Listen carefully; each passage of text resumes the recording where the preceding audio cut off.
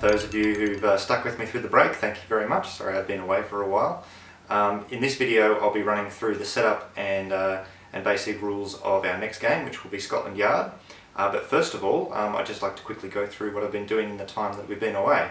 My birthday fell in the time that I've been off the air, and that meant new board games for my birthday. So I've actually got a couple of them here. As I hinted at in one of the earlier videos, I managed to score myself Pandemic and its expansion On the Brink, which now we've played probably about 5 or 6 times. Fantastic game, I really like it. We'll probably be doing we'll definitely be doing a video series on this in the future. Such a punishing game though. It really sort of dangles victory just before you and then just snatches it away at the very last minute. But a hell of a lot of fun, this game, so we'll definitely be trying this one out in a future video series. Something else that I got, and it was completely unexpected from one of my friends over here, I got the Logo board game, which is actually one of the only trivia games that I have in my collection, but a lot of fun. I've actually got an app on my phone that does a similar thing with company logos and things like that. We've played it a few times already, and it's actually very enjoyable. So Logo board game is something else that I've got in the break, and possibly the most exciting, something that I've been looking at for a long time and wanted to get. Using some of my birthday money, I purchased myself a copy of Cosmic Encounter. I heard so much about this, and I did a lot of research into it before I bought it, and now that I have it, I pretty much don't want to play anything else. So much fun, such a great interactive game. If you like a game that's got a lot of I don't know, I suppose predictable gameplay outcomes, then this is probably not the game for you. It's very chaotic, but just so much fun. You sit around the table and just spend a good, I don't know, 45 minutes to an hour just laughing continuously, because it's just so much backstabbing and dirty deals going on around the table. It's a lot of fun. So this one probably isn't very suited to a video, but I'm going to rack my brains and try and make a video of it, just because it is just such a fun game. This is probably the pick of my collection at the moment. It's the game I'm enjoying the most out of everything. Now, you may have seen at the end of my last video my little thing at the end about taking down my scarf and my tweed cap as a reference to the fact that we're going to be playing a British game now, or at least a British themed game. I've still got my costume, but something I also actually got on for my birthday is going to change that slightly. So I've definitely still got the cap, but I suppose you can't really get much more British than this one. So looks like the doctor is in, and I'll see you over at the board, and we'll get the rules explanation going. In the game of Scotland Yard, one player will be playing the nefarious Mr. X, who is aiming to avoid capture as he navigates through the streets of London. The other players will be playing as detectives, who are aiming to bring his crime spree to an end by landing on the same space as him. Now, it's your typical cops and robbers scenario where it doesn't actually explicitly state what Mr. X's crime has actually been, so we're going to go with jaywalking. Now, the number of detectives in the game is always fixed to 5, so if you have less than 6 players, 5 for the detectives and 1 for Mr. X, then you're going to have to control multiple pawns per player, so there's always the 5 detectives.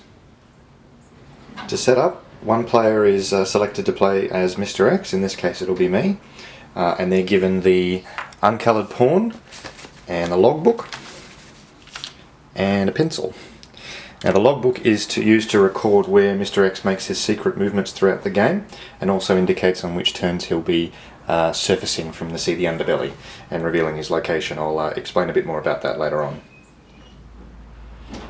All the other players are given a coloured pawn, or as I explained earlier, they may be given more than one if there's less than 6 players, and they also receive a corresponding detective badge, and they receive a limited number of fare tickets. Now, they receive the following. They receive 10 taxi tickets. They receive 8 bus tickets. And they receive 4 underground tickets. Now it's important to note that these tickets that you receive at the start of the game are the only tickets that you will receive. So if you run out of a certain type of ticket, then that method of transportation is no longer available to you. As a detective, it's really important that you plan your moves a little bit in advance so that you don't strand yourself by running out of a particular type of ticket. But I'll explain a bit more about that later on. So once the tickets have been divided up between the detectives, Mr. X gets everything left over. So he gets 4 taxi tickets, 3 bus tickets, and 3 underground tickets. He also gets a few special tickets as well. So he gets 5 black tickets and 2 times 2 double move tickets. I'll come back to and explain those later. Now you might think that because he starts with less tickets than the detectives, his options are a bit more limited than the detectives. But if you think that, then you're wrong, because every time a detective uses a ticket, if for example, Blue wants to move from here to here, so he pays a taxi ticket, instead of discarding it, Mr. X gets the ticket. So as the game goes on, the detectives' moves become more limited because they start running out of tickets, whereas Mr. X, in effect, he has an unlimited number of tickets and he can use whatever method of transport is available to him where he is. Each of the players will then draw one of the 18 start cards. I like to put mine in a bag to determine where they will place their pawn at the beginning of the game. Each of the detectives will draw the card and place their pawn directly onto the numbered location. If I can find location number 94, that would help me a lot. There it is. And so that will go around and each detective will place theirs onto the board. Mr. X, however, will draw his, keep his face down, and his start location will be kept secret. So now would be a good time to talk about a way that you can cheat at this game. It's important that Mr. X's location remains secret from the detectives throughout the game, unless he's revealing where he is. And the problem with this is that when he's looking at the board, the position where he's actually looking on the board can actually give away his location to the detectives. So what I like to do is I have a photo of the board that I've taken with my phone in quite high detail, and then I can look at the actual image on my phone out of the way of prying eyes and plan my moves from there, so it keeps it a bit more secret than actually staring at the board.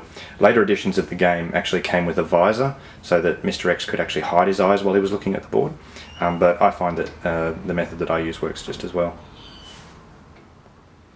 Alright, so as a turn, what you would do is you would say how you're going to travel. You would hand over the ticket to Mr. X, and then you would move your pawn. So in this case we'll start off with Blue. He started on point number 94, and as you have a look on the board here, you'll notice that location 94 is yellow, and it also has a green marker on the top of it, which means that you can arrive and depart from this destination using either a taxi or a bus. So what you do is you, for example, I wanted to travel by taxi from here, so I would pay a taxi token to Mr. X, and then I would move. So what I can do is I can follow the coloured line that I've just paid, so corresponding to the tickets, which is yellow. So I can move from 94, I can move to 95, following the line to here, and as soon as I get to the next station that has the same colour of the ticket that I just paid, I stop. So I would move to 95, or I could move to 93 following the line down here. You notice that this station also has a yellow on its number, or I could move up to 75 again following the line. You would note that I cannot travel to 74 because there is no yellow line connecting 94 to 74. Now that's all well and good. What happens if Blue decides he wants to travel by bus? Well, in that case he would pay a green bus ticket to Mr. X, and then he would follow a green line until he came to the next green station. So as you'd see, he could actually pass through location 95 because 95 does not have any green, and he would therefore move to 77 in one turn using one ticket. In this case he could also travel to 74, and that would be the only way he could get from 94 to 74 in one turn, because it's the only line that is connecting these two locations is a green line, so he could move to 74 as well. This rule about following coloured lines from one like-coloured stop to another is an important part of the game, so I'll just go over it again. Just say, for example, that blue was on location 163. Now 163 has all three colours on it, so he could travel from this location using any ticket that he wished. If he was going to travel from here, for example, say he wanted to travel from here to 147, you'll note that he can't actually do that in one turn because the line connecting 163 to 147 is a dotted red line, but 147 is not a red station. So while he could take an underground from here, the underground ticket would take him all the way to 111 or all the way to 153, but there is actually no way for him to travel to this location in one turn. He could do it in two turns. He could go from here to 146 using a taxi because there is a yellow line connecting these two. He would then stop, and then as his next turn he could go from 146 to 147. There are only two restrictions on movement in the game. First of all, if you can move, you must move on your turn. Second of all, you cannot move to the same location as another detective. You are allowed to move to the same location as Mr. X. In fact, that is the objective of the game. If you land on the same space as Mr. X, then the detectives win the game. But you cannot occupy the same space as another detective. It is possible late in the game that detectives may actually become stranded in a location and not be able to leave. As an example, let's just say Blue was on location 76. He moves to 61. Discards his taxi ticket, gives it to Mr. X. If that was his last taxi ticket he had left, he would not actually be able to leave from 61. He would be stranded there for the rest of the game. As you can see, 61 is yellow, therefore the only way he could leave would be to pay a taxi. So if he has no taxis left, his pawn has to remain there for the rest of the game. This is a situation that can crop up later on. It's important that the detectives try and plan to avoid this situation, or else their ability to capture Mr. X becomes more limited. It is important to note, however, that every single location on the board is at least partially yellow, so if you keep some taxis in your back pocket you can always move, because taxis leave and arrive at every location on the board. Now Mr. X follows exactly the same rules as the detectives do for his movement, except that his are made completely in secret. So here's how that works. So at the start of the game he will look at his location card that he drew himself, and he notes that it's number 91. He will then find that on the board without letting the detective see where he's looking. So in this case it would be right here. Now he is in quite a vulnerable position here where he's actually surrounded by red and yellow on both sides. So what he would then do is decide how he wants to leave that location. In this particular case he's quite limited in the fact that he can only leave it by a taxi anyway. So he would decide which way he wants to go. In this case maybe he wants to move to 107, maybe try and escape through down this way. So what he would then do is in the first space in the logbook he would write the location he's moving to, 107. He would then, and he would keep that secret as he writes it, he would then take the type of ticket that he used to travel to that location and he would cover the hole with that ticket. Thus the detectives can't see where he is specifically, but they can see how he got there, and they use this as the game goes on to deduce where he is. I mentioned earlier that Mr. X is forced to surface at certain points during the game where he will reveal his location to the detectives, and they're indicated on his log sheet by these oval spaces. There's 5 of them and he'll appear 5 times throughout the game. His move for these particular times is exactly as he would normally make a move, so he would write the number of the location where he's going to move to in the window, so in this case perhaps 136. He would then cover the window with the ticket he used to get to that location, and he would then place his pawn on the board. The pawn remains there until the beginning of his next turn, and then he will remove his pawn again from the board. Mr. X also has access to 2 special moves that the other players do not have access to. So twice per game he can use his double move. So what he can do is he says, okay, I'm going to use one of my double moves. He then discards it from the game, and he will then take 2 moves in one. So he will write down both locations for his move. For example, if he's still on 136, as his next turn he might want to move from 136 to 135, and then use a bus from 135 to get to 159. So what he would do is from 136 he would go to 135, and then he would go to 159, he would cover up both of those with the tickets that he used as normal. And this is just a quick means of escape if he's getting surrounded on all sides by detectives. And the other special that Mr. X can use is his black tickets. Now, black tickets are a great way to muddy the waters. Black tickets can be used in replacement of any other type of ticket in the game, except the ×2. So you can use this to travel on a taxi, a bus, or an underground. As well, Mr. X can also travel by ferry, and he's the only one who can use the ferries. So you'll notice that on the Thames, there is black lines connecting locations, so he could move from 118, use a ferry, to get to 115 by using a black ticket. So he would write, for example, if he moved from 118 to 115, he would write 115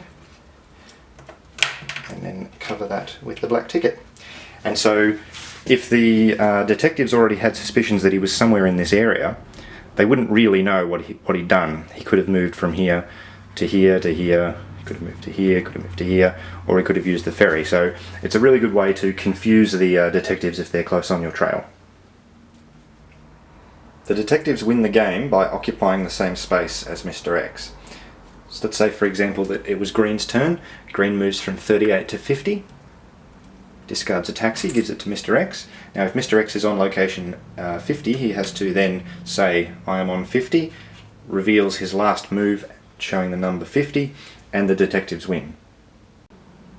Mr. X wins the game if all of the detectives can no longer move because they have stranded themselves by running out of particular types of tickets, or he can also win by taking his final move, the 24th move, which is the final space in the logbook. He then reveals his location and he wins the game. And so that's the game. Each turn Mr. X will go first. He'll note down the location he's moved to, cover it with a ticket. Then the detectives will have their turns one at a time, and the game will continue as such until either the detectives run out of tickets and can no longer move, or Mr. X is captured. What I will do now is I'll draw location cards for all of the detectives and for Mr. X, and place the detectives on the board, and I'll have Mr. X's first turn, and then I'll hand the game over to my players, and they'll submit their moves for the first turn. So I'll start by drawing some location cards.